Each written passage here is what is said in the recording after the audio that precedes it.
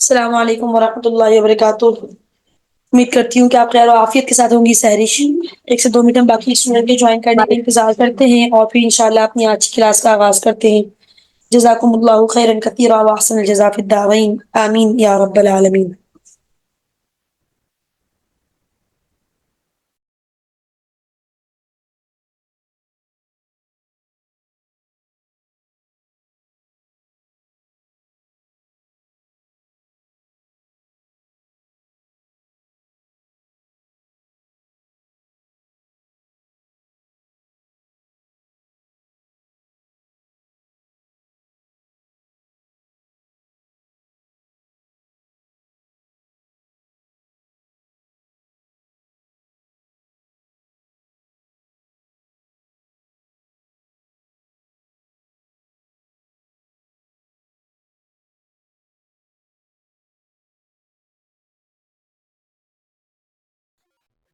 السلام علیکم ورحمۃ اللہ وبرکاتہ۔ بسم اللہ الرحمن الرحیم۔ نحمده ونصلی علی رسوله الکریم، اما بعد فاعوذ باللہ من الشیطان الرجیم، بسم اللہ الرحمن الرحیم۔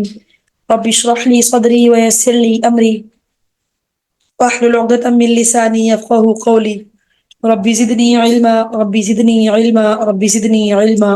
اللهم انا نسألك علما نافعا، اللهم انفعنا بما علمتنا وعلمنا ما ينفعنا وزدنا علما، آمین یا رب العالمین۔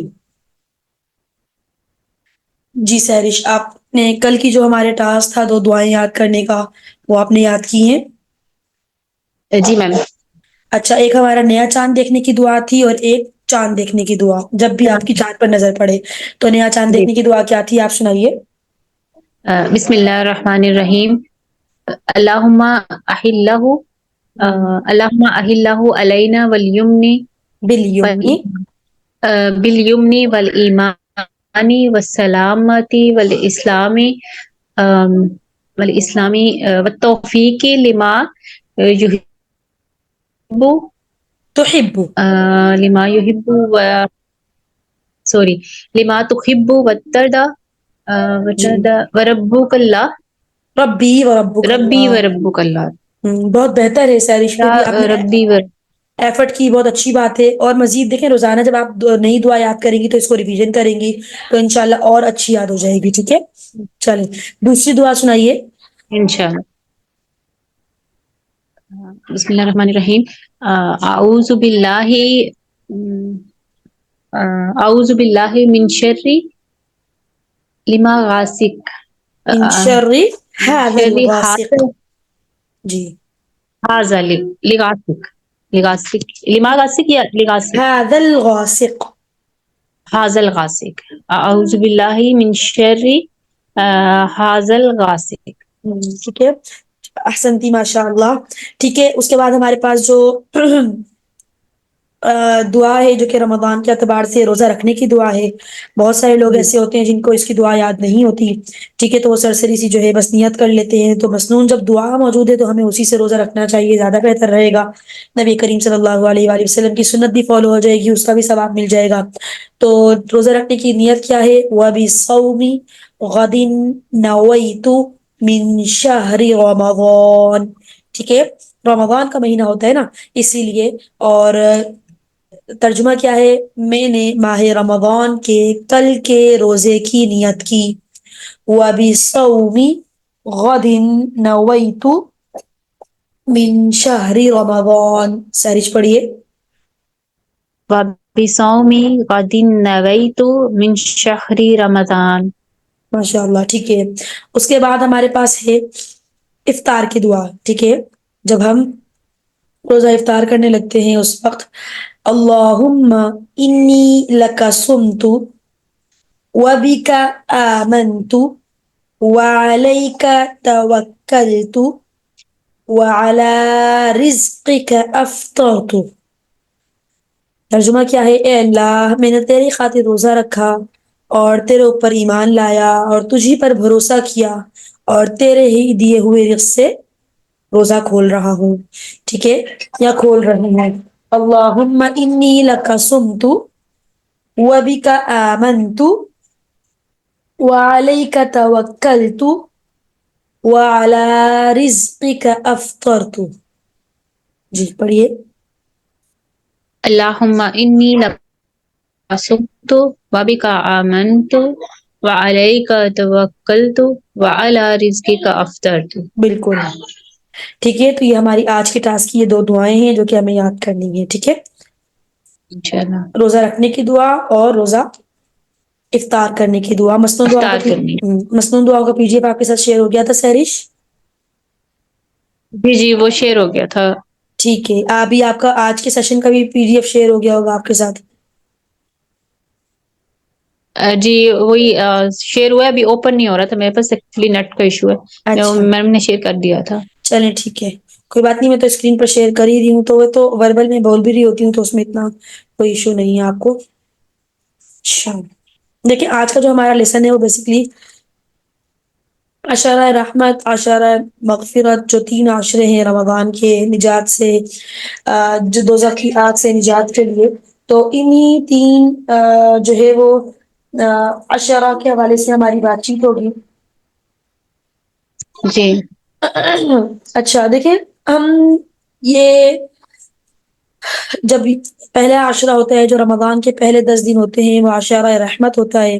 ٹھیک ہے. اس میں جو ہے وہ ہم اللہ تعالیٰ سے رحمت طلب کرتے ہیں, اللہ تعالیٰ سے کے غصے سے ڈرنے کی کوشش کرتے ہیں.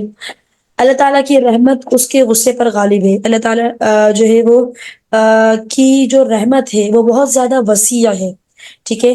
اسی طرح کچھ احادیث کے اندر عن ابی ہریرہ رضی اللہ تعالی عنہ قال ان اللہ لما قضى الخلق كتب عنده فوق عرشه ان رحمتی سبقت غضبی. کہ ابو ہریرہ رضی اللہ تعالی عنہ سے روایت ہے کہ نبی کریم صلی اللہ علیہ وآلہ وسلم نے فرمایا کہ جب اللہ تعالیٰ نے مخلوق کو پیدا کیا تو عرش کے اوپر اپنے پاس لکھ کر رکھ لیا کہ بے شک میری رحمت میرے غضب سے بڑھ گئی ہے. اللہ تعالیٰ کی رحمت بہت زیادہ وسیع ہے. اللہ تعالیٰ اپنے بندوں کے لیے بہت زیادہ وسیع ہے. اسی طرح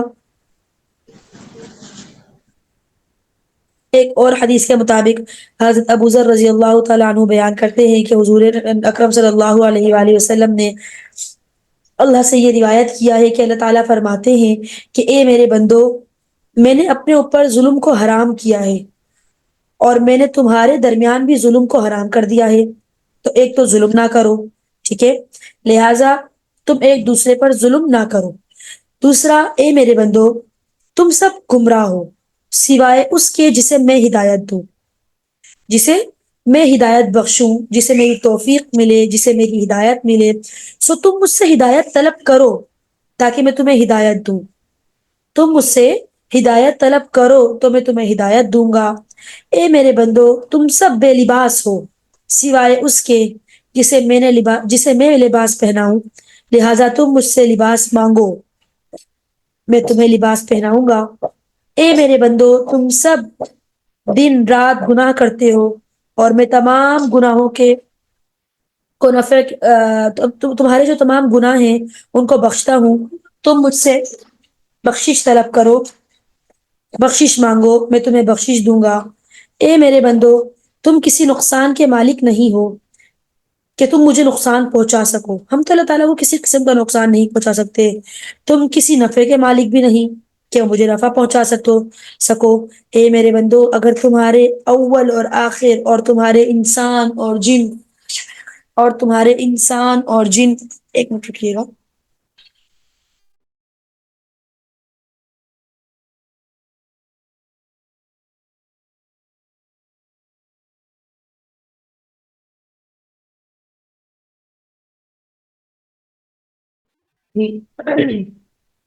محمد فاروق صاحب اور ملائکہ عمر کون سی اسٹوڈنٹ ہے؟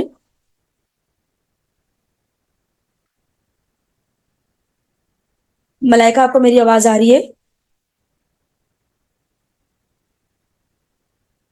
اچھا محمد فاروق صاحب آپ نے لیٹ جوائن کیا ہے. ہمارا جو مسنون دعاؤں کا تھا وہ مکمل ہو چکا ہے. میں نے سن بھی جی لیا. کوشش کرتی ہوں کہ کلاس کے اینڈ میں 5 منٹ نکال کے آپ سے سن لوں, ٹھیک ہے, کیونکہ یہ ضروری ہے. جی بس نماز پڑھنے گیا تھا بس اس میں. چلے کوئی نہیں. جی اچھا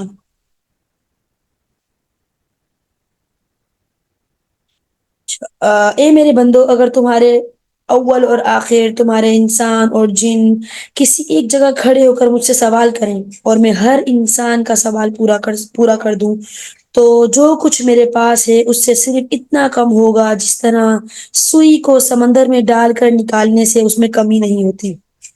تو میں اللہ تعالیٰ کہتے ہیں کہ اگر میں ہر انسان جن کے سوالات کا جواب دینا چاہوں تو میرے رزق میں میرے علم میں اتنی بھی کمی نہیں ہوگی جتنا کہ ایک سمندر کے اندر سوئی کو ڈگو کر نکالا جائے تو اس میں پانی کی مقدار کی کتنی کمی ہو جاتی ہے، بالکل بھی نہیں۔ میرے بندو، یہ تمہارے اعمال ہیں جنہیں میں تمہارے لیے جمع کر رہا ہوں، پھر میں تمہیں ان کی پوری جزا دوں گا۔ بس جو شخص خیر کو پائے گا وہ اللہ کی حمد کرے، اور جسے خیر کے سوا کوئی چیز مثلا آفت وغیرہ یا مصیبت وغیرہ پہنچے تو وہ اپنے نفس کے سوا کسی اور کو ملامت نہ کرے۔ کوئی بھی تکلیف اگر دنیا میں انسان کو پہنچتی ہے تو وہ یہ نہ سمجھے کہ اس کو پہنچانے والا، اس مصیبت کو ہم پر یہ مصیبت پہنچنے کا ذمہ دار جو ہے وہ کوئی شخص ہے، کوئی انسان ہے، کوئی ہمارے اہل و عیال میں سے کوئی ہے، یا اللہ تعالیٰ ہمیں جب بھی مصیبت ہوتی ہے ہم پر بھی ہی آتی ہے۔ ایسے کفریہ کلمات نہیں کہنے چاہیے، ہمیں ان مرحلوں کو بھی یاد کرنا چاہیے جب اللہ تعالیٰ نے ہم پر بے بہا رحمتیں کی، بے بہا نعمتیں کی، تو اس چیز کو ہم نے ہمیشہ کے لیے یاد رکھنا ہے۔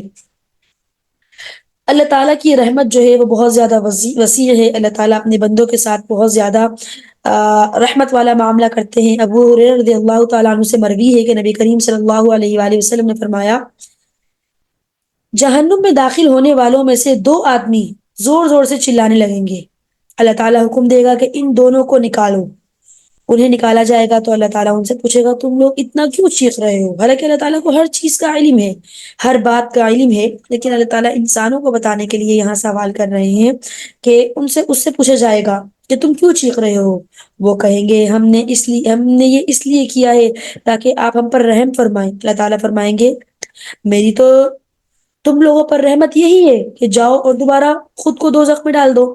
وہ دونوں جائیں گے اور ان میں سے ایک اپنے آپ کو دوزخ میں ڈال دے گا، اللہ تعالیٰ اس پر آگ کو سرد اور سلامتی والی بنا دے گا۔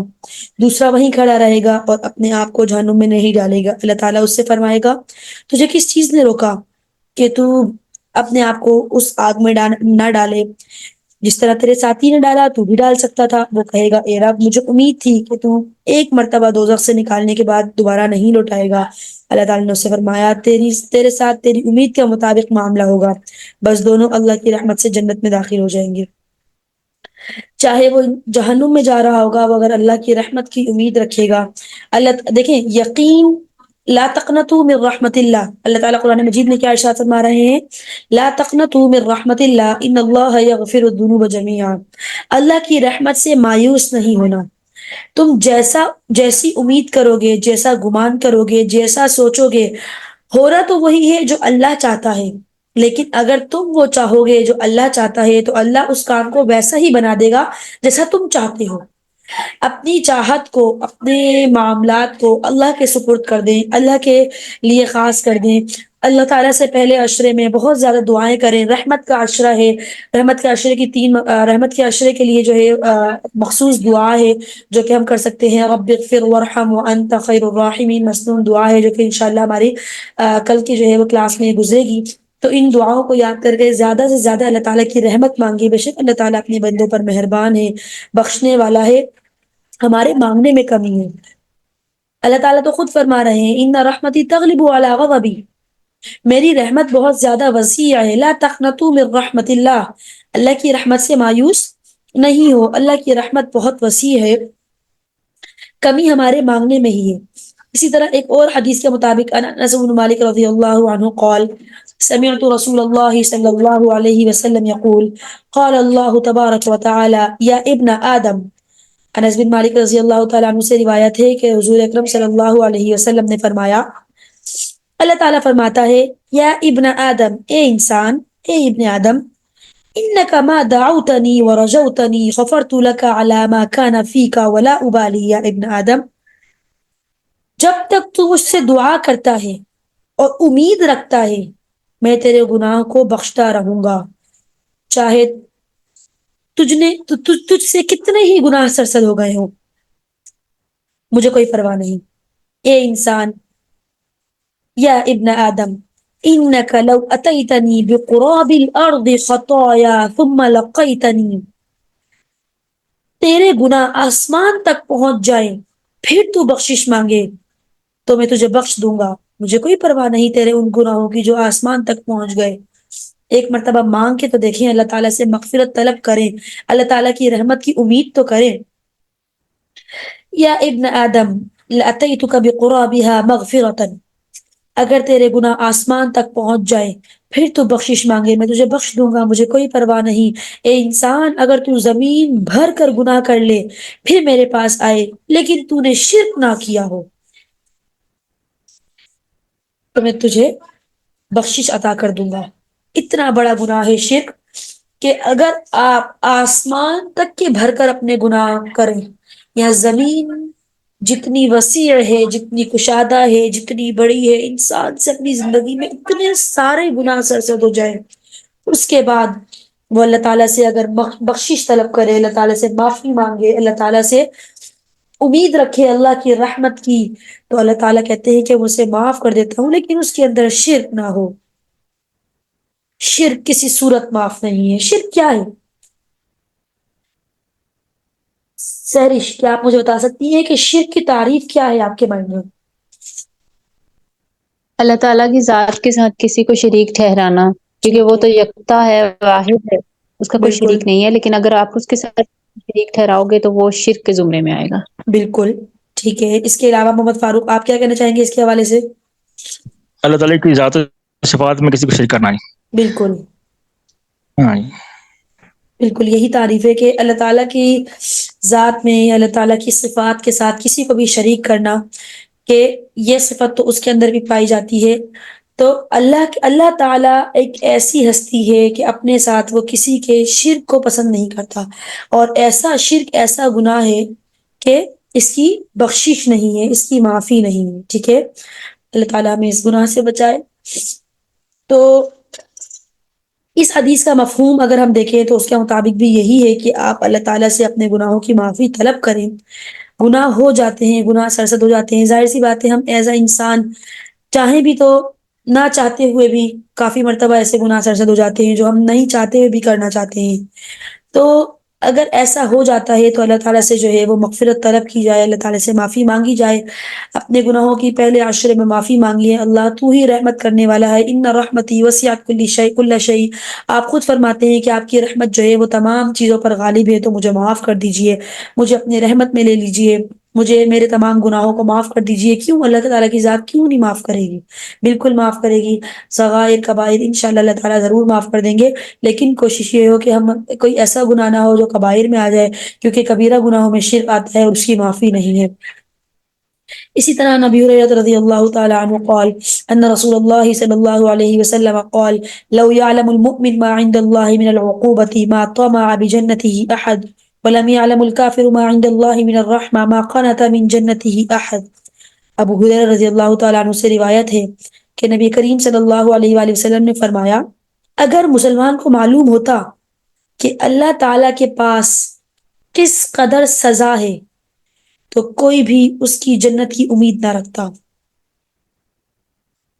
اگر کافر کو معلوم ہوتا کہ اللہ تعالیٰ کے پاس کس قدر رحمت ہے تو کوئی کافر بھی اس کی جنت سے نا امید نہ ہوتا۔ تو جب ہمیں انعامات کا پتہ ہے کہ نیک کام کرنے پر یہ انعام ہوگا، یہ انعام ملے گا، یہ بدلہ دیا جائے گا، تو اس کے بعد بھی ہم جو ہے اگر نیک اعمال نہیں کرتے تو اس میں ہمارا اپنی کوتاہی ہے۔ ہمیں ساری باتوں کا علم ہونے کے باوجود بھی اگر ہم اس کو فالو نہیں کرتے تو اس میں ہماری اپنی کوتاہی ہے، ہماری اپنی کمی ہے۔ تو ہمیں پتہ ہے، دیکھیں ہمیں یہ بات پتہ ہے کہ پہلا عشرہ رحمت کا ہے، دوسرا عشرہ مغفرت کا ہے، تیسرا عشرہ جہنم سے جو ہے وہ رہائی کا ہے، دوزخ سے جو ہے وہ آزادی کا ہے، لیکن کیا ہم اپنے رمضان کو اس طریقے سے گزارتے ہیں؟ رحمت کا ہے، رحمت مانگیں گے تو رحمت ملے گی نا، رحمت طلب کرنے والے کو رحمت عطا کی جائے گی۔ تو روزے کو اس طرح سے گزاریں کہ آپ جو ہے اپنے آپ کو مستقل دعاؤں میں مشغول رکھیں۔ دیکھیں روزہ ہم رکھتے ہیں تو روزے کے ارکان کیا ہیں؟ سب سے پہلے تو ہمیں روزے کے ارکان جاننے ہیں۔ ہر مسلمان کو اتنا تو پتہ ہے کہ روزے میں اسے کرنا کیا ہے۔ کیا کرنا ہے؟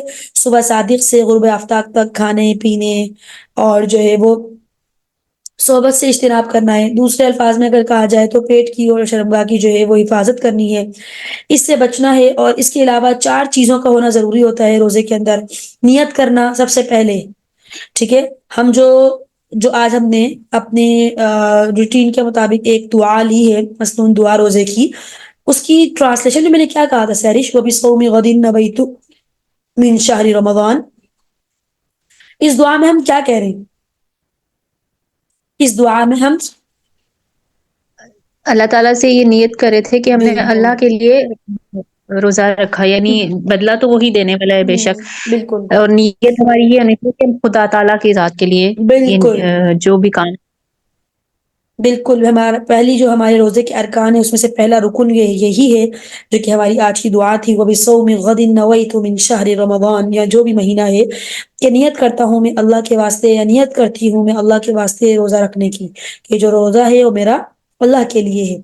پھر روزہ رکھنے کے بعد، نیت کرنے کے بعد کیا کرنا ہے؟ کھانا کھانے سے پرہیز کرنا ہے، پانی پینے سے پرہیز کرنا ہے، ہر چیز کو کھانے سے روکنا ہے۔ تیسرا پینے سے روکنا ہے، کھانا پینا ہر چیز کو اپنے آپ کو اس سے دور رکھنا ہے۔ چوتھا قضاء شہوت سے اجتناب کرنا ہے۔ تو یہ 4 چیزیں جو ہوتی ہیں یہ ہمارے روزے کو مکمل کر دیتی ہیں۔ اگر اس میں سے کوئی بھی ایک چیز فوت ہو جائے، اور اگر آپ کی نیت بھی ہو آپ کی، تب بھی ان باقی 3 میں سے کوئی ایک چیز فوت ہو جائے تو آپ چاہے جتنا بھی فاقہ کر لیں، کھانا نہ کھائیں نہ پیئیں، آپ کا روزہ کنسیڈر نہیں ہوگا، ٹھیک ہے؟ تو روزے کے لیے ان 4 ارکان کو فالو کرنا ضروری ہے۔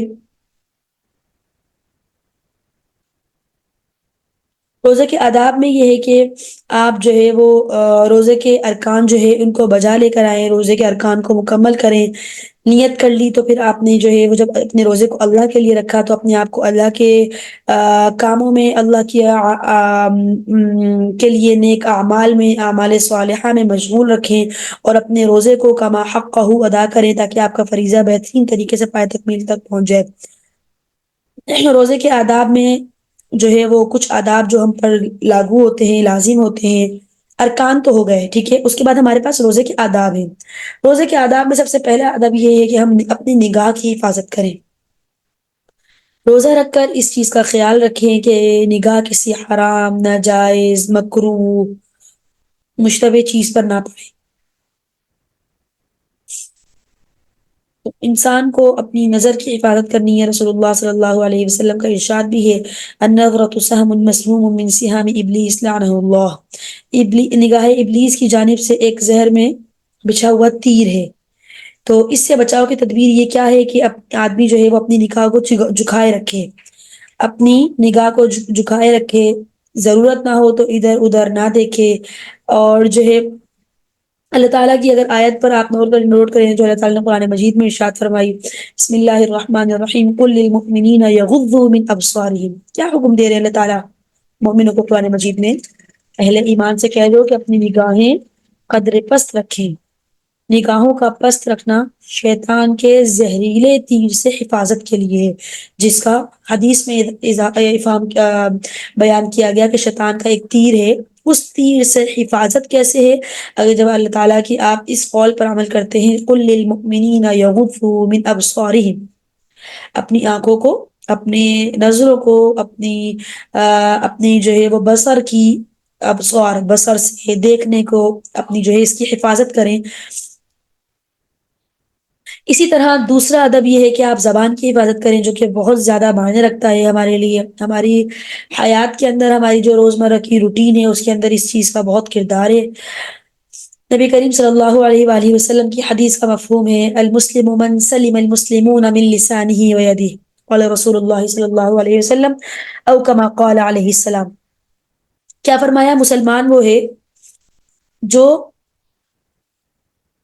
جس کے زبان اور ہاتھ سے دوسرا مسلمان محفوظ رہے۔ کیا مطلب زبان اور ہاتھ سے دوسرا مسلمان محفوظ رہے؟ مطلب آپ زبان سے ایسے الفاظ نہ کہیں جس سے کسی کی دل آزاری ہو، اور بالکل آپ زبان سے ایسے الفاظ نہ کہیں جس سے آپ کسی کی بھی ہماری دل آزاری ہو جائے.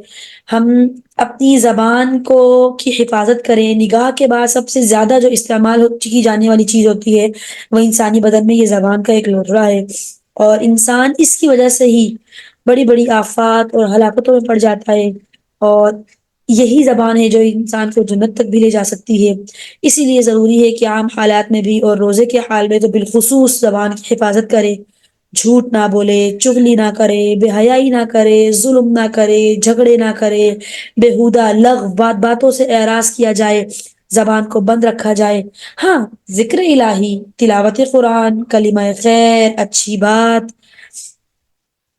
اگر آپ کرنا چاہتے ہیں تو اس کی زیادہ تلاوت سے، اس میں اگر آپ اپنی زبان کو جو ہے وہ متحرک رکھتے ہیں تو اس میں کوئی خرابی نہیں ہے. اس میں تو اس لیے تو بلکہ آپ کی زبان جو ہے وہ عبادت میں رہے گی. رسول اللہ صلی اللہ علیہ وسلم کا ارشاد ہے، حدیث کا مفہوم ہے انما الصوم جنہ، کہ روزہ جو ہے وہ ڈھال ہے. فَإِذَا كَانَ أَحَدُكُمْ صَائِمًا، اگر تم میں سے کوئی روزے دار ہے، فَلَا يَرْفَثْ وَلَا يَجْهَلْ، تو شہوت کی اور جہالت کی بات نہ کرے. وَإِنِ امْرُؤٌ قَاتَلَهُ أَوْ شَاتَمَهُ، اگر کوئی اس سے لڑنا چاہے یا گالی گلوچ کرنا چاہے، فَلْيَقُلْ إِنِّي صَائِمٌ، تو کہہ دے میں روزے دار ہوں. یعنی میں تمہاری بات کا جواب تمہارے لہجے میں نہیں دے سکتا. زبان سے کوئی نامناسب بات کی نہ ابتدا ہو، نہ جواب ہو، نہ کسی کو جواب کے طور پر جو ہے وہ ہم اپنی زبان کا استعمال کریں کہ بھئی میں تو اس کو جواب دے رہی تھی. جواب کے لیے بھی تو آپ نے اپنے جسم کے اس عضو کا جو کہ اتنا خاص ہے، جس کو ہم ذکر الہی میں مرتب رکھ سکتے ہیں، تو ہم نے اس کو لغو بات میں استعمال کیا. ہم خاموش بھی ہو سکتے تھے، ہم یہ بھی سوچ سکتے تھے کہ ہمارا روزہ ہے، نہیں دیتے ان کو جواب. ضروری نہیں ہوتا کہ ہر بات کا جواب دینے کے بعد ہی اپنے آپ کو، اب تو ہمارا دل ہی ایسے ٹھنڈا ہوتا ہے جب تک کہ ہم سامنے والے کو اس کی بات کا جواب نہ دے دیں. کیوں ہم نے اپنی زندگی کو، اپنے معاملات کو ایسا کیوں بنا لیا ہے؟ تو زبان کی جو قباحت ہے، زبان ہی ہے ایک انسان کو جو جنت تک پہنچاتی ہے، اور زبان ہی ہے جو انسان کو جہنم کی آنگن میں دھکیلتی ہے. نبی کریم صلی اللہ علیہ وآلہ وسلم نے فرمایا کہ جب تم روزہ رکھو تو حلال چیز سے رکھو، اور اپنے آپ کو غیبت سے دور رکھو، اپنی زبان کو غیبت سے دور رکھو. اللہ تعالیٰ نے قرآن مجید میں ارشاد فرمایا وَلَا يَغْتَبْ بَعْضُكُمْ بَعْضًا أَيُحِبُّ أَحَدُكُمْ أَنْ يَأْكُلَ لَحْمَ أَخِيهِ مَيْتًا فَكَرِهْتُمُوهُ. غیبت کرنا، اپنے آپ کو غیبت سے دور رکھو. تم میں سے بعض لوگ بعض کی آپس میں ایک دوسرے کی غیبت نہ کریں. کیا تم میں سے کوئی پسند کرے گا کہ تم اپنے مردہ بھائی کا گوشت دانتوں سے کاٹ کاٹ کے، چبا چبا کے کھاؤ؟ تو پھر ہم غیبت کو اس مثال سے تشبیہ دی گئی ہے. اگر ہم اپنی روزمرہ کی روٹین پر غور کریں تو ہم تو بات ہی غیبت سے شروع کرتے ہیں، اور بات کا اختتام ہی غیبت پر ہوتا ہے. اس محفل کا مزہ نہیں ہوتا جب تک کہ غیبت کی بات نہیں ہوتی. اعاذنا اللہ من ذلک. کوشش کریں، دعا کریں، اپنی زبان دیکھیں. نفس کو کیوں روکنا ہے؟ کیوں شیطان بند ہے اور کیوں نفس کو روکنا ہے رمضان کے مہینے میں؟ یہی تو ہے. چاہ رہا ہے دل غلط کام کو دیکھنے کا، نہیں دیکھنا. نفس پر دباؤ ڈالنا ہے، قابو کرنا ہے، نہیں گناہ نہیں کرنا، اللہ کا ڈر لانا ہے، تقوی اختیار کرنا ہے، پرہیزگاری اختیار کرنی ہے. یہی تو نفس کا دباؤ ہے. چاہ رہا ہے دل ان کو جواب دے، اس بات کا دے بھی سکتے ہیں.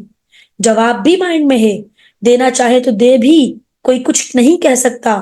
لیکن اللہ کے ڈر سے اپنی زبان کو روکنا کہ روزے کی حالت میں ہے نہیں دیتے جواب، یہ ہے نفس پر قابو کرنا. اگر آپ نے جواب نہ دیا یہ سوچیے کہ ابو کھڑے ہوئے ہیں، امی کھڑی ہوئی ہیں تو ڈانٹ دیں گے، مار دیں گے، تو یہ نفس پر قابو تھوڑی نہ ہے. نفس پر قابو تو یہ ہے کہ اللہ کے لیے کیا جائے، اللہ کے ڈر سے تقوی اختیار کرنے کے لیے ہم گناہ کو چھوڑیں. اسی طرح کان کی بھی حفاظت ہے. کان کی حفاظت کیسے ہے کہ کسی ناجائز آواز کی طرف جو ہے ہرگز ہم اپنے کان کو متوجہ نہ کریں، کیونکہ ہر وہ بات جس کا بولنا جائز نہیں ہے تو ظاہر سی بات ہے کہ اس کا سننا بھی جائز نہیں ہے. اسی لیے اللہ تعالیٰ نے حرام کھانے والے اور جھوٹ سننے والے کو ایک ساتھ بیان فرمایا ہے. سماعون للکذب اکالون للسحت، آیت ہے سورۃ المائدہ کی کہ سماعون للکذب، سماعون جھوٹ کو سننے والے، للکذب اکالون کھانے والے، للسحت حرام کو. اور حدیث میں ہے نہا رسول اللہ صلی اللہ علیہ وسلم عن الغیبت اور الاستماع الی الغیبہ، کہ رسول اللہ صلی اللہ علیہ وآلہ وسلم نے غیبت کرنے اور غیبت سننے دونوں سے منع کیا ہے. نہا عن الغناء وعن الاستماع الی الغناء، اسی طرح گانے کو سننے، رسول اللہ صلی اللہ علیہ وآلہ وسلم نے گانے سے بھی اور گانے کو سننے سے بھی دونوں سے منع کیا. گانا بھی نہیں ہے اور سننا بھی نہیں ہے. نہا رسول اللہ صلی اللہ علیہ وآلہ وسلم عن النمیمۃ والاستماع الی النمیمہ، چغلی سے یعنی کہ چغلی کرنے اور چغلی کو سننے سے دونوں سے منع کیا. تو کان اور زبان کا تعلق جو ہے وہ ایک ساتھ ہے، اسی لیے نہ کوئی کام کرنا ہے، نہ بول کے زبان سے، اور نہ ہی اس کو سننا ہے. تو ناجائز کام، ناجائز بات کو نہ کرنا ہے، نہ سننا ہے، اس سے جو ہے وہ اجتناب کرنا ہے رمضان کے مہینے میں جتنا ہو سکے. اور پھر اس کے بعد اللہ تعالیٰ سے ساتھ ساتھ جو بھی عمل آپ نیا رمضان میں کریں نا، کوئی بھی آپ ایسی پریکٹس کر رہے ہیں کہ ہمارا جو ہے وہ کوئی یعنی کہ کوئی ایسا آپ نے استمرار کے ساتھ کوئی نیک عمل کیا ہے، اللہ تعالیٰ سے دعا کریں کہ یا اللہ مجھے اس پر دائمی استمرار دے. میں صرف اس رمضان کے مہینے میں نہیں بلکہ میں اپنی روزمرہ کی روٹین میں اس کو کروں. میں اب مطلب اگر میں یہ چاہ رہی ہوں کہ میں رمضان کے مہینے میں گانے نہ سنوں، میں گانے نہ گاؤں، میں چغلی نہ سنوں، میں چغلی نہ کروں، تو آپ اللہ تعالیٰ سے دعا کریں کہ یا اللہ یہ پورے رمضان نہیں بلکہ یہ پورے باقی رمضان کے مہینے کے بعد بھی 11 مہینے میری ایسی ہی روٹین کر دے. کیا پتا کون سا مقبولیت کا وقت ہے، اللہ تعالیٰ ہماری بات سن لے اور وہ نیک عمل جو ہے وہ ہمارا پورا سال کے لیے جو ہے وہ ہم اس کو استمرار کے ساتھ کریں. اللہ تعالیٰ سے مانگے، اللہ تعالیٰ ضرور عطا کریں گے. اسی طرح ہم جسم کی باقی اعضاء کی بھی حفاظت کریں، جو ہمارے جسم کے باقی اعضاء ہیں جیسے کہ آنکھ ہو گئی، زبان ہو گیا، کان ہو گئی، اور بھی دوسرے اعضاء ہیں، ہاتھ، پاؤں، چل کر کسی ایسی جگہ پر نہ جائیں، ایسی محفل میں نہ جائیں، ہاتھ سے کسی کو تکلیف نہ دیں، کوئی کسی پوسٹ پر ہے تو کسی ایسے پیپر پر سائن نہ کریں جس سے ہمیں پتہ ہے کہ کسی پر ظلم ہو جائے گا، کسی پر جبر ہو جائے گا.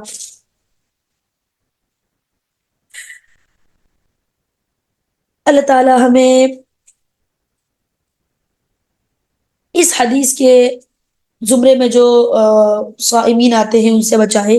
رسول اللہ صلی اللہ علیہ وآلہ وسلم کا ارشاد ہے کم من صائم، کتنے ہی ایسے روزے دار ہیں، لیس لہ من صومہ، کہ ان کے روزے کا حاصل کچھ بھی نہیں ہوتا، الا الجوع والعطش، صرف بھوکے اور پیاسا رہنے کے. تو ہمیں بھوکا پیاسا نہیں رہنا بلکہ ہمیں اللہ تعالیٰ کو راضی کرنا ہے. بھوکے پیاسے رہنے کے ساتھ ساتھ اللہ تعالیٰ کو راضی کرنا ہے، اللہ تعالیٰ کے بتائے ہوئے احکامات کے مطابق اپنے روزے کو گزارنے کی کوشش کرنی ہے، یہی ہمارا مقصد ہے.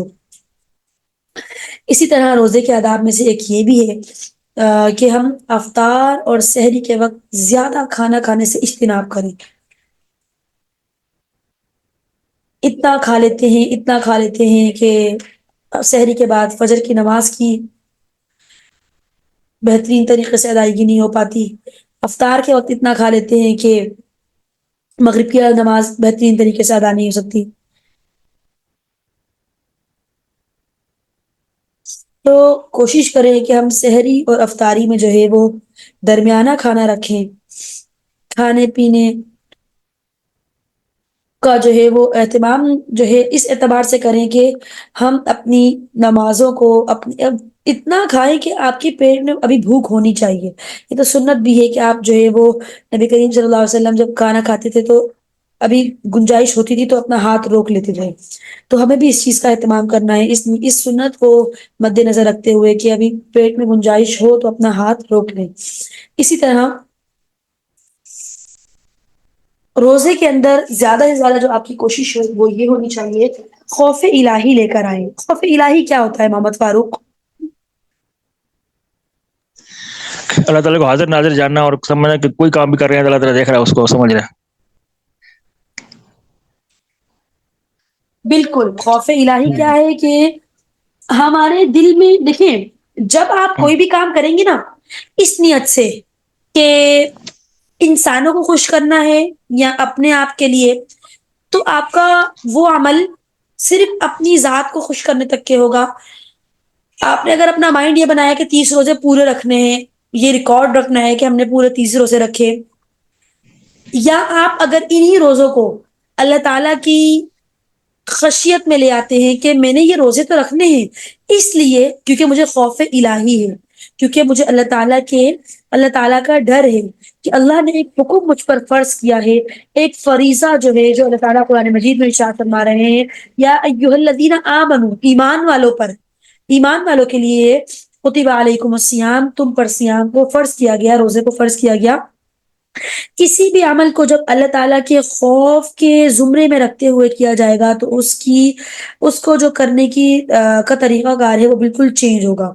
تو ہمیں جو بھی عمل کرنا ہے اس کو اس طرح سے کرنا ہے کہ اللہ تعالیٰ کا جو ہے وہ ڈر ہمارے دل میں ہو کہ اللہ تعالیٰ جو ہے وہ ہم پر اس فرض کے حوالے سے سوال کریں گے، ہم سے سوال کیا جائے گا، ہمیں جو ہے وہ اس کو بہترین طریقے سے انجام دینا ہے، تو انشاءاللہ ہمارا وہ عمل بہترین طریقے سے مکمل پائے تکمیل تک پہنچے گا. اسی طرح جو رمضان کا دوسرا عشرہ ہے، عشرہ مغفرت، اس کے حوالے سے بھی کل ہی ہم جو ہے کل کی کلاس میں ہی دوسری دعا ہے اس کو یاد کریں گے، کیونکہ آج تو ہمارا روزے رکھنے کی اور روزہ افطار کرنے کی دعا تھی.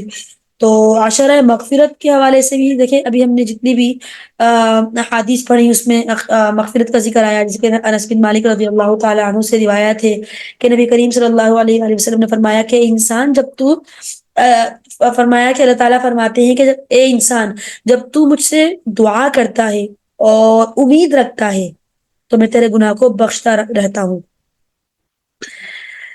چاہے تجھ میں کتنے بھی گناہ ہو. ٹھیک ہے، تو اس حدیث سے ہمیں کیا پتہ چل رہا ہے کہ گناہوں کی مغفرت اللہ تعالی کرتے ہیں، لیکن اس کے لیے شرط کیا ہے؟ جب تو مجھ سے دعا کرتا ہے. گناہ ہم سے بہت سرزد ہو جاتے ہیں، اللہ تعالیٰ سے مغفرت کرنی ہے، اللہ تعالیٰ سے بخشش کی دعا کرنی ہے، اس بات کو مد نظر رکھتے ہوئے کہ اللہ تعالیٰ بہت بڑے غفور رحیم ہے، وہ ہمارے گناہوں کو معاف کریں گے. اگر آپ یہ کہیں کہ عشرہ مغفرت ہے ہماری مغفرت ہو جائے گی، ایسا نہیں ہے. مغفرت ان کی ہوگی جو مغفرت طلب کرنا چاہیں گے. ٹھیک ہے، مغفرت ان کی ہوگی جو مغفرت طلب کرنا چاہیں گے. اسی لیے ہمیں اس چیز کو یاد دہانی کرنی ہے، اس چیز کو مد نظر رکھنا ہے کہ ہم کوئی ایسا جو ہے وہ اس مائنڈ میں نہ رہیں، اس خوش فہمی میں نہ رہیں کہ عشرہ رحمت ہے تو رحمت آ گئی، عشرہ مغفرت ہے تو مغفرت آ گئی. دعاؤں کا اہتمام کرنا ہے، مسنون دعاؤں کا اہتمام کرنا ہے تاکہ اللہ تعالیٰ جو ہے وہ ہماری مغفرت کر دے.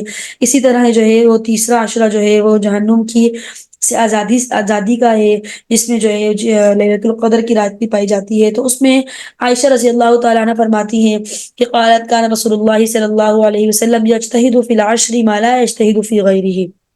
دیکھیں یہ ہم سارے مسلمان اس بات کو جانتے ہیں کہ رمضان کے جو 3 عشرے ہوتے ہیں اس میں جو عشرہ اخیرہ ہے وہ زیادہ فضیلت کا حامل ہے.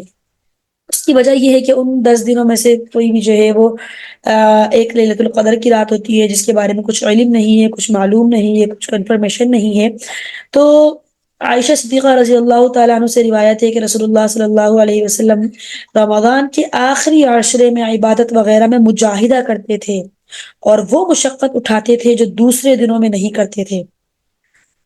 جس طرح رمضان المبارک کو دوسرے مہینوں کے مقابلے میں فضیلت حاصل ہے، اسی طرح اس کا جو آخری عشرہ ہے اسے دونوں عشروں سے بہتری اور فضیلت حاصل ہے. اسی لیے رسول اللہ صلی اللہ علیہ وآلہ وسلم عبادت وغیرہ کا اہتمام اس میں اور زیادہ کیا کرتے تھے اور دوسروں کو بھی اس کی ترغیب دیتے تھے.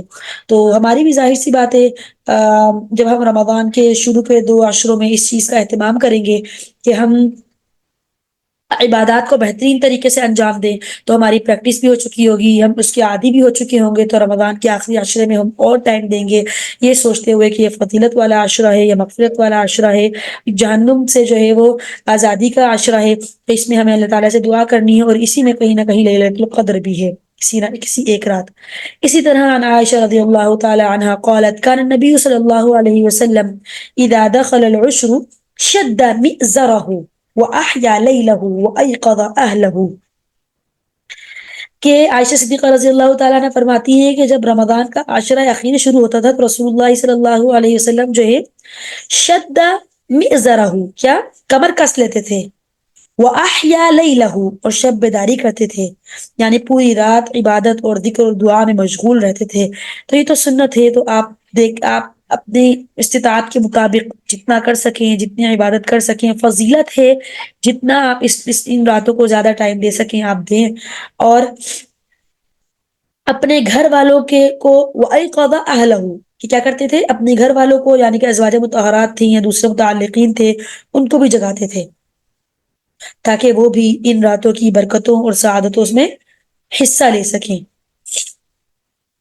اسی طرح عن عائشہ رضی اللہ تعالی عنہ قالت عائشہ رضی اللہ تعالی عنہ پر سے روایت ہے قال رسول اللہ صلی اللہ علیہ وسلم رسول اللہ صلی اللہ علیہ وآلہ وسلم نے فرمایا تحروا لیلۃ القدر فی الوتر، شب قدر کو تلاش کرو رمضان کی آخری 10 راتوں میں، من العشر الاواخر من رمضان، آخر کی 10 راتوں میں سے طاق راتوں میں. مطلب یہ کہ شب قدر زیادہ تر عشر اخیرہ کی طاق راتوں میں سے کوئی ایک رات ہے، یعنی کہ 21ویں 23ویں 25ویں 27ویں یا 29ویں. شب قدر کی کوئی تعین نہیں ہے کہ وہ کوئی خاص رات ہے. تو ہمارے لیے آخر کی جو جتنی بھی 10 دنوں کی جو طاق راتیں ہیں وہ ساری اہم ہیں، تو ہمیں اپنے آپ کو عبادت میں مشغول رکھنا ہے تاکہ ہم بھی اس رات کی فضیلت سے اور برکات سے محروم نہ ہو سکیں. اور اسی طرح اس کی جو دعا ہے اس کا اہتمام کریں، اس کو یاد کر لیں. انس بن مالک رضی اللہ تعالی عنہ قال قال رسول اللہ صلی اللہ علیہ وسلم اذا كان لیلۃ القدر، کہ انس رضی اللہ تعالی عنہ سے روایت ہے کہ رسول اللہ صلی اللہ علیہ وآلہ وسلم نے فرمایا کہ جب لیلۃ القدر کی رات ہوتی تھی نزل جبرائیل علیہ السلام فرشتوں کے جھرمٹ میں نازل ہوتے تھے، یصلون علی کل عبد قائم او قاعد یذکر اللہ عز وجل، ہر اس بندے کے لیے دعائے رحمت کرتے جو کھڑا یا بیٹھا اللہ کی ذکر یا عبادت میں مشغول ہوتا تھا. تو اس بات سے تو ہمارا اختلاف نہیں کہ بے شک جو شب قدر کی رات ہے وہ بہت بہترین رات ہے. ہمارے لیے آخر کے 10 جو عشرہ اخیرہ ہے وہ پورا ہی بہت بابرکت اور فضیلت والا ہے. تو ہمیں جو ہے وہ اس میں اپنی عبادت کو مزید اور زیادہ جو ہے وہ بہتر کرنا ہے، کوشش کرنی ہے کہ رات کی عبادت ہم کریں. اسی طرح عائشہ رضی اللہ تعالی عنہ قالت قلت یا رسول اللہ، عائشہ رضی اللہ تعالی عنہ فرماتی ہیں کہ میں نے رسول اللہ صلی اللہ علیہ وسلم سے فرمایا ارأیت ان علمت ای لیلۃ القدر ما اقول فیہا. عائشہ صدیقہ رضی اللہ تعالیٰ عنہ سے روایت ہے کہ میں نے رسول اللہ صلی اللہ علیہ وسلم سے عرض کیا کہ مجھے بتائیں اگر مجھے معلوم ہو جائے کہ کون سی رات جو ہے وہ شب قدر کی ہے تو میں اس رات اللہ سے کیا عرض کروں اور کیا دعا مانگوں. تو قال قولی اللہم انک عفو کریم تحب العفو فاعف عنی. کیا دعا کرنی ہے ہمیں؟ ان ساری جو ہے وہ آخر کا جو عشرہ اخیرہ ہے ان سب نے اس دعا کا اہتمام کرنا ہے. اللہم اے میرے اللہ انک عفو کریم، تو بہت معاف کرنے والا اور بڑا کرم فرمانے والا ہے، تحب العفو اور تو معافی کو پسند کرتا ہے، فاعف عنی بس میری خطائیں معاف کر دیں. اس حدیث کی بنا پر اللہ تعالیٰ کے بہت سے بندوں کا یہ معمول ہے کہ وہ ہر رات میں یہ دعا خصوصیت سے کرتے ہیں، اور رمضان مبارک کی راتوں میں اور ان سے بھی خاص آخری جو عشرے کی جو طاق راتیں ہوتی ہیں اس میں ہمیں اس دعا کا بہت زیادہ اہتمام کرنا ہے.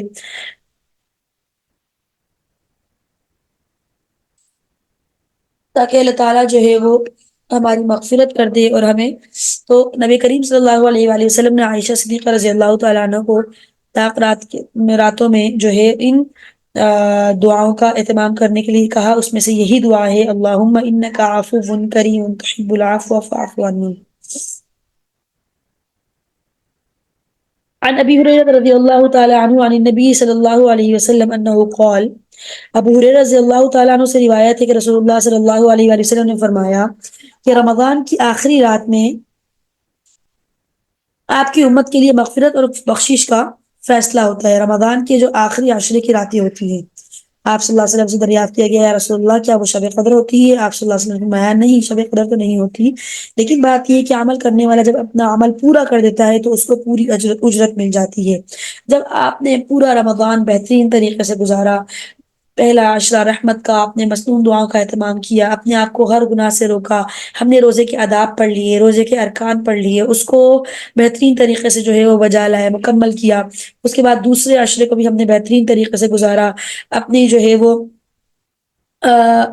جو اعمال صالحہ ہیں ان کو بہترین طریقے سے بجا لایا. تو پھر اس کے بعد جب تیسرا عشرہ ہوتا ہے اور تیسرے عشرے کی آخری رات ہوتی ہے تو اللہ تعالیٰ اس میں نبی کریم صلی اللہ علیہ وسلم نے فرمایا کہ جیسے مزدور کو اس کی اجرت ملتی ہے کام کے آخری دن، اسی طرح مؤمنین کو جو ہے وہ ان کی اجرت جو ہے وہ رمضان کے آخری دن ملتی ہے. تو ہم سب ضرور یہ چاہیں گے کہ اللہ تعالیٰ جو ہے وہ ہمیں بھی ان میں سے بنائے جن کے لیے جو ہے وہ رمضان کے مہینے میں جو ہے وہ شفاعت کر دی جاتی ہے. بلکہ ہم اس کے لیے ابھی سے پریپیئر ہو جائیں، ابھی سے اپنے آپ کو تیار کریں، ابھی سے اپنے آپ کو جو ہے وہ ان چیزوں اپنے آپ کو چھوٹی چھوٹی نیک کاموں کی عادت بنائیں. دیکھیں بیسیکلی سنتیں، مستحبات، واجبات، ان کو ہم نے اس طریقے سے کرنا ہے کہ فرائض کا درجہ پہلا ہے. پہلے تو ہم نے اپنے آپ کو، اگر ہم کہیں پر کوئی فرض پورا نہیں کرتے، کوئی ایسا ہے دن میں کوئی ایسا کام ہے جیسے مثلا نماز لے لیں، اگر نماز رہتی ہے یا لیٹ ہوتی ہے تو ہم سب سے پہلے اپنے فرائض کو بہترین طریقے سے ادا کرنے کی کوشش کریں. اس کے بعد ہمارے پاس دوسرا درجہ آتا ہے سنتوں کا. ہم نے اپنی 2 دن 3 دن پریکٹس کی اور ہمیں لگا نہیں بھائی اب ہم بہترین طریقے سے جو ہے وہ اپنی جو ہے وہ فرائض کو انجام دے رہے ہیں، اب ہم سے فرائض میں کچھ کمی نہیں ہو رہی، کچھ کوتاہی نہیں ہو رہی، اب ہم ٹھیک ہے. پھر اس کے بعد جب آپ فرائض سے مطمئن ہو گئے تو پھر اب آپ سنتوں پر آ جائیں. اب آپ سنتوں میں سے کوئی 1 سنت، 2 سنت، 3 سنت روزانہ کی آپ اس کو لیں اور اس کو استمرار کے ساتھ کریں. عمل پسندیدہ اللہ کے یہاں وہ ہے، حدیث پاک کا مفہوم ہے، جو کہ تھوڑا ہو لیکن دائمی ہو، تھوڑا ہو لیکن استمرار کے ساتھ کیا جائے. ایک دن کیا، دوسرے دن چھوڑا، تیسرے دن کیا، چوتھے دن چھوڑا، ایسا نہ ہو. تو سب سے پہلے ایسا نہیں ہے کہ ہماری نماز تو پوری نہیں ہوتی، ہم جو ہے دعائیں پڑھنے لگ گئے. کوشش پہلے کریں کہ اپنی فرائض کو مکمل کریں. جب آپ بہترین طریقے سے فرائض سے مطمئن ہو جائیں پھر آپ آئیے اپنے سنتوں کی طرف. 1 سنت لے لیں، 1 مستحبات میں سے مستحب لے لیں، کوئی بھی عمل لے لیں کہ یہ اللہ تعالیٰ کی نبی کریم صلی اللہ علیہ وسلم کے نزدیک جو ہے وہ سنت تھا، ان کی روٹین تھی، ان کا معمول تھا، ہم کریں گے، یہ ان کو پسند تھا، ہم یہ کریں گے. تو اس کو سنتیں اور مستحبات تو بعد میں آتے ہیں، پہلے ہم نے اپنے آپ کو فرائض کے اعتبار سے بہترین کرنا ہے. قرآن مجید کی تلاوت کو جو ہے وہ دن میں دو ٹائم جو ہے وہ اپنے لیے معمول بنانا ہے. چاہے اگر ناظرہ ہم نے پڑھا ہوا ہے، ناظرہ ہے تو آدھا پارا کر لیں، اگر آپ کی جو ہے وہ اسپیڈ بہت ہی زیادہ سلو ہے تو 1 پاؤ کر لیں. حافظات جو ہیں وہ 2 پارے، 1 پارے کی ترتیب شروع کریں. اگر بالکل بھی نہیں کرتے تو 1 ہی کریں، جو کرتے ہیں 2 کر لیں، تھوڑا سا بڑھا لیں. اپنے نیک اعمال کو اپنے ایک جدول بنائیں کہ ہم روزمرہ کی روٹین کے اعتبار سے کتنا عمل بڑھاتے جا رہے ہیں. کیا ایسا تو نہیں ہے کہ ہم وہیں پر اسٹک ہیں جہاں پہلے تھے؟ ٹھیک ہے، تو کوشش کریں کہ پہلے فرائض کو پورا کرنے کی کوشش کریں، اس کے بعد پھر سنتوں میں سے 1 سنت روزانہ ایڈ کریں. چاہے آپ دعا جو یاد کر رہے ہیں آپ کہیں کہ میں انہیں دعا کو روزمرہ کی روٹین میں لے کر آؤں گا رمضان کے پورے مہینے کے اعتبار سے. تو اس طرح جو ہے وہ اپنے اعمال کو بہترین کریں. کیوں نہیں، اگر ہم جو ہے وہ نیک اعمال کے بارے میں اتنا سوچیں گے تو اللہ تعالیٰ کیوں نہیں ہمیں معاشرہ رحمت میں اپنی رحمت سے جو ہے وہ مالا مال کریں گے، کیوں نہیں ہماری مغفرت کریں گے، کیوں نہیں ہمیں جو ہے وہ جہنم کی آگ سے آزادی ملے گی، ضرور ملے گی. بس لا تقنطوا من رحمت اللہ، اللہ کی رحمت سے مایوس نہ ہوئے. اپنے آپ کو، اپنے مائنڈ کو، اپنے ذہن کو اس میں رکھیں کہ ہمیں دیکھیں، ہم جب اس کاوش میں ہیں، اس کوشش میں ہیں کہ مجھے یہ گناہ چھوڑنا ہے، اس گناہ کو ہمیں چھوڑنا ہے، تو اللہ تعالیٰ ہماری مدد ضرور کریں گے. ٹھیک ہے، تو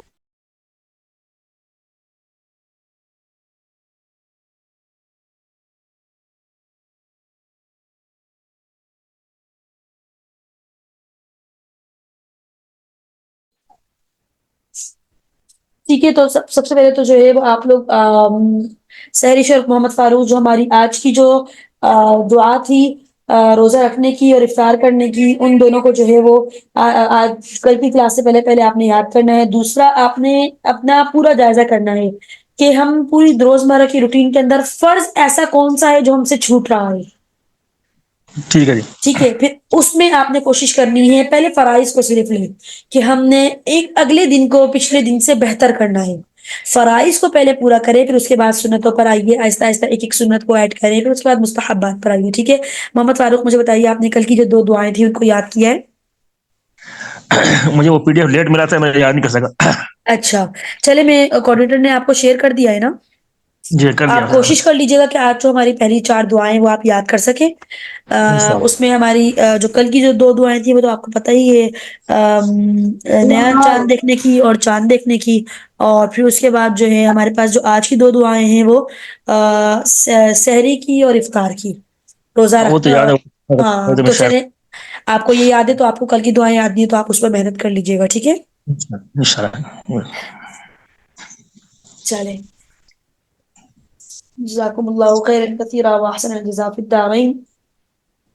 اچھا، آج کا PDF آپ کو شیئر ہو گیا محمد فاروق، معلومات جی ہو رمضان کے گیا. حوالے سے؟ جی جی ٹھیک ہے جی ہو گیا. جی، جزاک اللہ، جزاک اللہ، چلیے. مہربانی سر. سبحانك اللهم وبحمدك نشهد أن لا إله إلا أنت وحدك لا شريك لك نستغفرك ونتوب إليك نستغفرك ونتوب إليك نستغفرك ونتوب إليك. السلام عليكم ورحمة الله وبركاته. وعلیکم السلام ورحمۃ اللہ وعلیکم وبرکاتہ. جزاک اللہ. وہی ہے.